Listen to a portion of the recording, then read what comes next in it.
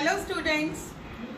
Today we will have recapitulation of our chapter number 3, that is fiber to fabric. If you want to have a full explanation, I have given link in description. You can go to that and can have full explanation of chapter number 3. Today in this video we will be revising chapter number 3. So today we will revise fiber to fabric from this mind map. Now fiber to fabric, as the name is only telling you, we will be moving from fiber to fabric. Fiber, very thin strands that are present, and out of them yarn, that is thread, is made, and when threads they are joined, then a fabric or any cloth is made. First of all, in that chapter we have done fibers. They are of two types, natural and synthetic. Natural fibers that can be obtained from plants or from animals. From plants we have done cotton and jute, and from animals we have done wool and silk. So these are the examples of natural fibers. Now regarding the synthetic fibers which are obtained from chemicals, two examples are there, nylon and polyester. Okay, so these are the natural and synthetic fibers. Then we have done a process called as ginning. Ginning to separate the cotton fibers from their seeds. Okay, so this process is called as ginning. Then what was there कि cotton fibres को उनके seed से separate करते हैं. Okay, fruit में क्या होता है, बाहर तो उनका कॉटन फाइबर होता है और अंदर सीड होता है, तो उन दोनों चीजों को सेपरेट करना है. तो सेपरेट हम किस प्रोसेस से करते हैं, ginning. Then another process we have learned in this chapter called as spinning. Spinning is the process of making yarn from fibre. ठीक है, आपको बताया था मैंने, टकली होता है, चरखा होता है, डिवाइस होते हैं जिनके थ्रू जो है हम यार्न बनाते हैं. ओके, किस चीज से बनाते हैं, फाइबर्स से. ओके, फाइबर्स हमने ले लिए पहले प्लांट से, एनिमल से. ओके, अब उनके थ्रू हम क्या बनाएंगे, यार्न. यार्न क्या होता है, थ्रेड होता है. Okay, then from yarn to fabric. अब यार्न से फैब्रिक बनाना है, मीन्स कि यार्न है यानी कि धागा है, थ्रेड है, थ्रेड से क्लोथ बनाना है, फैब्रिक बनाना है. Okay, two processes we have done in this chapter. One is known as knitting, another is known as weaving. In the process of knitting we have done that a single yarn is used to make a piece of fabric. कि मतलब एक single yarn से, एक ही thread से जो है हम वो फैब्रिक बना लेते हैं. Okay, that is knitting. Then weaving, that is process of arranging two sets of yarn to make a fabric. Means कि हम दो सेट्स yarn के अरेंज करते हैं. ओके, और उनसे फिर हम क्या बनाते हैं, फैब्रिक बनाते हैं. Okay, so 4 important terms you have done in this chapter: ginning, spinning, then knitting, weaving. Okay, all these are important definitions, so you have to learn them. Already you have done that in your question answers. You can learn from there. Now fabric, what is fabric? That is cloth made by weaving or knitting of yarn. Okay, जो cloth बनता है, जो कपड़ा बन रहा है, या तो वीविंग से बने या निटिंग से. उसको हम क्या कहते हैं? Fabric. Okay, so this is the mind map, a quick recap of our this chapter.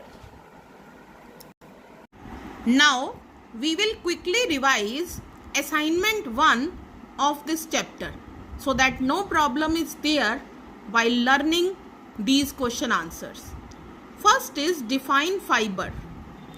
Answer is the thin strands of thread that we see are made up of still thinner strands called fibers. Means जो thread होता है, ठीक है, जिसको हम देखते हैं किसी भी क्लोथ में, वो किससे बना होता है? और थिनर स्ट्रैंड से, और पतले धागों की तरह के जो स्ट्रैंड्स होते हैं उनसे बना होता है, और उनको हम क्या कहते हैं? Fibres.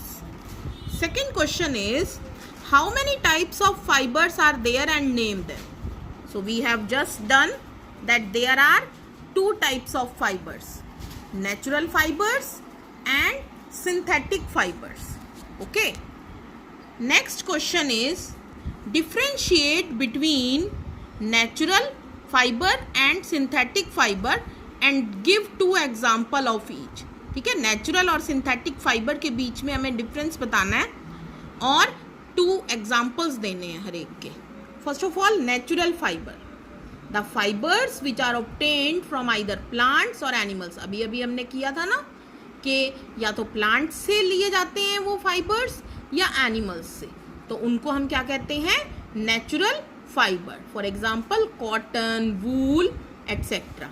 Any 2-3 examples you can give.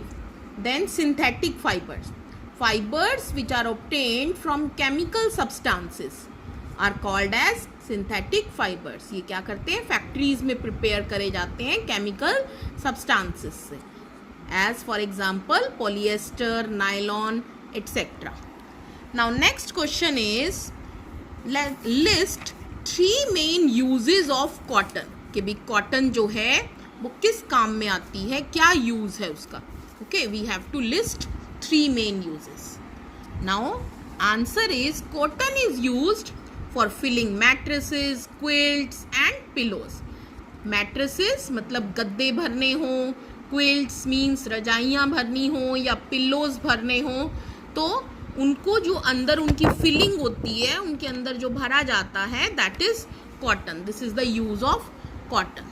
Now next question is which type of soil and climate is required to grow cotton. ठीक है, किस तरह का soil और climate चाहिए होता है कॉटन को ग्रो करने के लिए. Now answer is cotton is grown at places having black soil and warm climate. ठीक है, तो ये इसकी रिक्वायरमेंट है, तभी ये जो प्लांट्स हैं वो ढंग से ग्रो कर पाते हैं. Okay, they grow properly only if black soil is there and warm climate is there for them to grow. Next question is that What are the fruits of cotton plant called? ठीक है, fruits को cotton plant के हम क्या कहते हैं? We call them as cotton balls. Fruits of cotton plant are called as cotton balls. Next question is that what is ginning and how it is done. ठीक है, गिनिंग क्या होता है और कैसे करते हैं हम ये. So ginning, that is the process of separating fibers of cotton from the seeds by combing is called ginning. ठीक है, वो प्रोसेस, वो तरीका जिससे हम क्या सेपरेट करते हैं, क्या अलग अलग करते हैं? फाइबर्स. किसके? कॉटन के. फ्रॉम द सीड्स, सीड्स से उनको सेपरेट करते हैं, उनको अलग करते हैं. ओके, तो बाय कॉम्बिंग, कॉम्बिंग के थ्रू. ओके, तो उस प्रोसेस को हम क्या कहते हैं? गिनिंग. और कैसे करते हैं? Ginning was traditionally done by hands. पहले तो हैंड से करते थे लोग. These days machines are use for ginning. अब आजकल मशीन्स यूज की जाती हैं इस प्रोसेस के लिए, जिसको हम गिनिंग कहते हैं. Okay, now question number 7 we have done. Question number 8 is when jute plant is cultivated. कब उसको कल्टीवेशन की जाती है, किस मौसम में उसको लगाया जाता है. Okay, now jute plant is cultivated during rainy season, जब रेन आने वाली होती हैं, रेनी सीजन होता है, ठीक है, because it requires lot of water for growing. So उसी टाइम पर, उसी सीजन में इसको ग्रो किया जाता है.